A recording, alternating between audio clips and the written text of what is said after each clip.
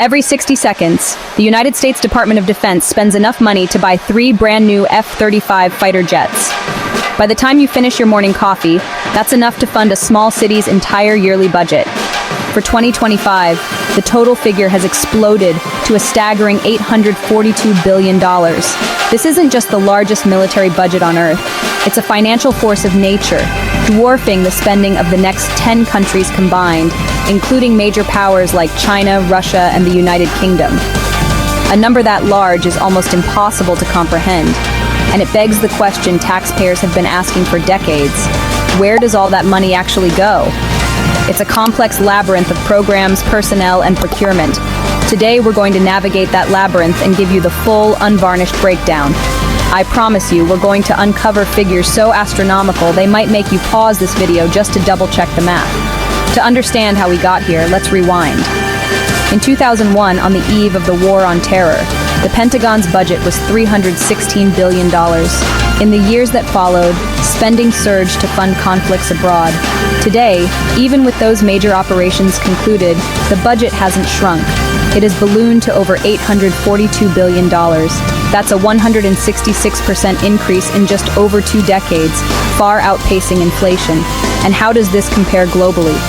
Our closest competitor, China, spends an estimated $296 billion.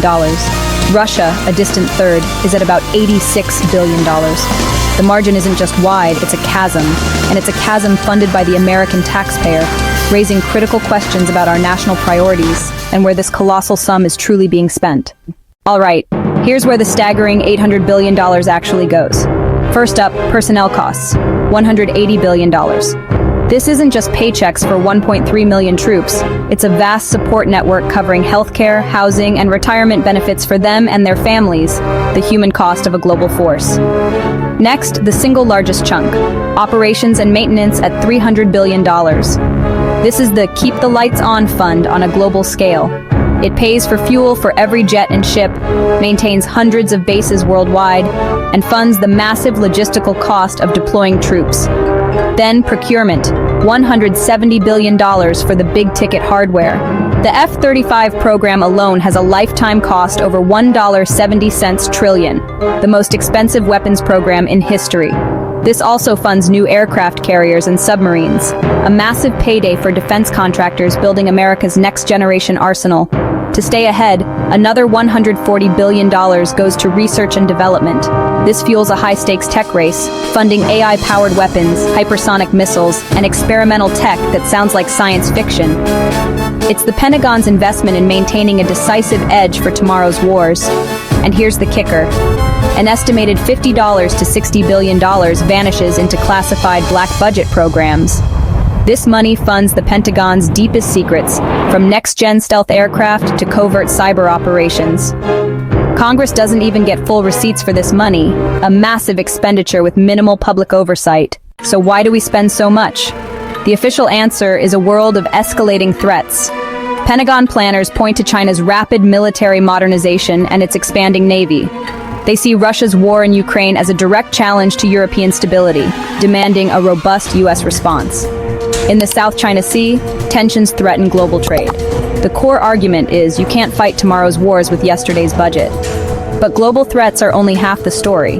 There's also the powerful influence of domestic politics. Defense contractors are major employers, with facilities strategically located across hundreds of congressional districts. This means cutting a weapons program isn't just a strategic choice. It means closing factories and losing jobs back home. As a result, even systems critics call outdated often survive for decades, protected by their political value. This fuels the central debate.